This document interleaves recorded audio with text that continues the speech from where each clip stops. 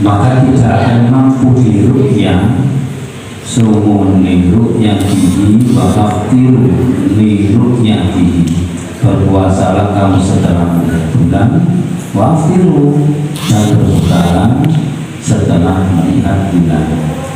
Karena tidak dapat dilihat, kemungkinan karena menurut perhitungan kurang dari 2 derajat itu nanti tidak akan bisa melihat bulan, sehingga bulan Ramadan itu digenapkan 30 hari.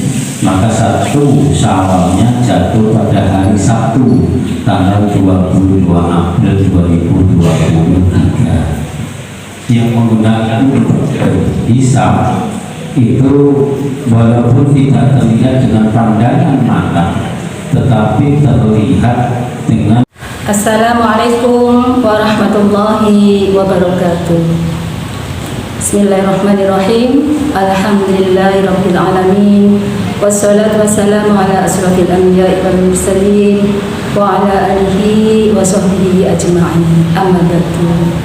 Yang saya hormati Bapak Kepala Sekolah Bapak Sony Sarwo Prabowo, yang saya hormati Bapak Ibu Guru beserta seluruh staf TU yang berbahagia, serta anak-anakku SMP Negeri 3 Kertosono kelas 789 yang berbahagia.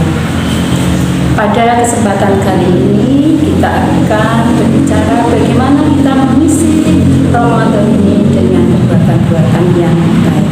Sebagaimana dalam surat Al-Baqarah disebutkan dalam surat ayat ke-183.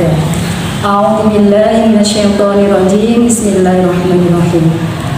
Ya ayyuhalladzina amanu kutiba 'alaikumusyamu kama kutiba 'alal ladzina min qablikum la'allakum tattaqun. Yang artinya yaitu bahwa orang-orang yang beriman itu diwajibkan untuk berpuasa, di mana puasa itu juga diwajibkan pada umat-umat sebelum Nabi Muhammad. Tujuannya adalah untuk supaya mencapai ketakwaan.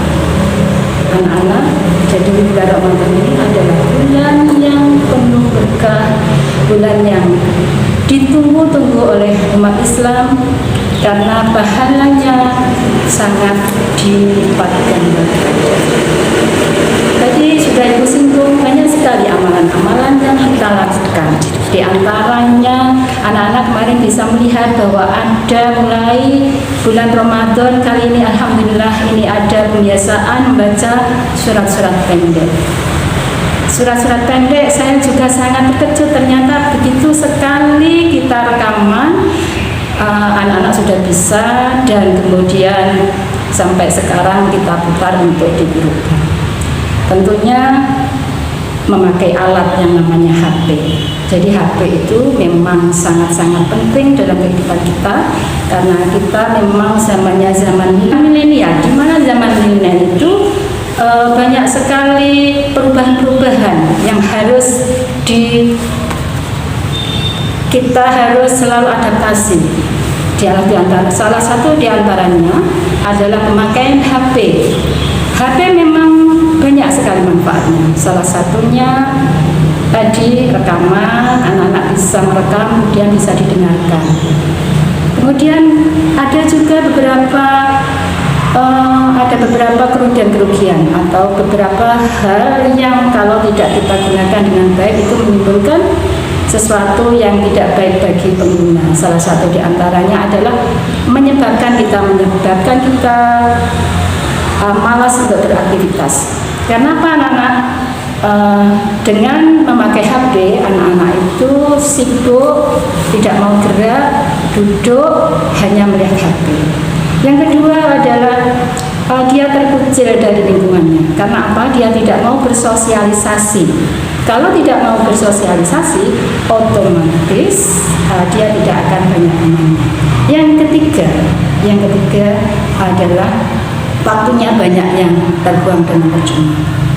Itu tadi kalau kita bicara masalah kerugiannya.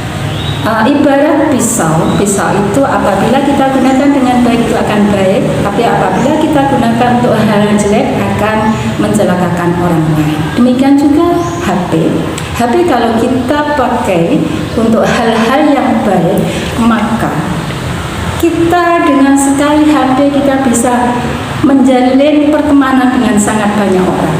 Kalau kita punya banyak teman, tentunya kita saling siapa saja yang jadi teman kita, maka kita akan mendapatkan manfaat yang luar biasa. Selanjutnya yang kedua adalah kita bisa mencari ilmu lewat HP. Akhir-akhir ini pembelajaran tidak hanya tatap muka, kadang-kadang Bapak Ibu Guru juga memberikan pembelajaran dengan HP. Nah, ini kalau kita manfaatkan, tentu ini banyak mendapatkan manfaat. Selanjutnya anak-anak yang ketiga adalah dengan HP, maka komunikasi kita menjadi lancar. Kita tidak perlu mengeluarkan banyak uang, kita tidak perlu mengeluarkan banyak tenaga, waktu, biaya, karena dengan sekali tag, misalnya dalam satu grup, misalnya ada 100 orang, sekali kita chat semuanya mendapatkan berita. Tadi anak-anak kita sudah berbicara mengenai manfaat, kita juga berbicara mengenai kerugian-kerugiannya. Ada beberapa tips bagaimana supaya kita bisa menggunakan HP dengan bijak. Yang pertama tentu saja adalah kita berdoa. Ya, sebagai orang Islam, kita harus selalu berdoa memohon pada Allah supaya kita dihindarkan dari penggunaan HP yang tidak baik dalam segala hal. Bismillahirrahmanirrahim. Allahumma inni a'udzubika min syarri sam'i wa min syarri basari wa min syarri lisani wa min syarri qalbi wa min syarri mani. Yang artinya, ya Allah, aku berlindung dari kejelekan pendengaran. Ya Allah, aku berlindung dari kejelekan lisan. Ya Allah, aku berlindung dari kejelekan mata. Dan ya Allah, aku berlindung dari kejelekan hati dan berlindung dari kejelekan mani atau kemaluan. Anak-anak, jadi ini sesuatu kejelekan-kejelekan yang kita harus berlindung. Kemudian yang kedua adalah kita harus melakukan batasan. Kapan kita menggunakan HP dan kapan kita tidak menggunakan HP. Kapan kita waktunya belajar, kapan kita waktunya untuk bisa memakai HP. Kemudian kita juga menetapkan ruangan mana yang seharusnya bebas dari suara HP, bebas dari main HP. Misalnya ketika kita berada di samping ada orang, kita harus menghormati orang, berarti HP harus kita simpan. Kemudian ketika kita makan, ketika kita tidur dan sebagainya. Selanjutnya anak-anak, kemudian apabila ada waktu yang longgar, ada waktu yang senggang, kalau kita memakai HP, pakailah untuk hal-hal yang baik, pakailah untuk hal-hal untuk menambah ilmu pengetahuan kita. Dan tak lupa berbagi. Jadi dalam hal apapun biasakan untuk berbagi. Dalam hal ini adalah berbagi yang baik.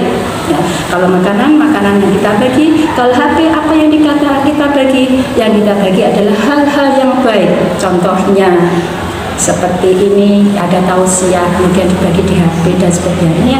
Ini tidak hanya membaikkan diri kita sendiri, tapi juga memberikan contoh, memberikan pengajaran kepada orang lain agar mereka juga berlomba-lomba dalam kebaikan. Dan insya Allah itu adalah ilmu yang sangat bermanfaat dan merupakan amal baik kita.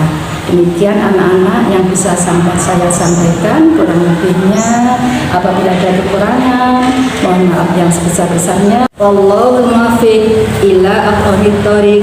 Wassalamualaikum warahmatullahi wabarakatuh.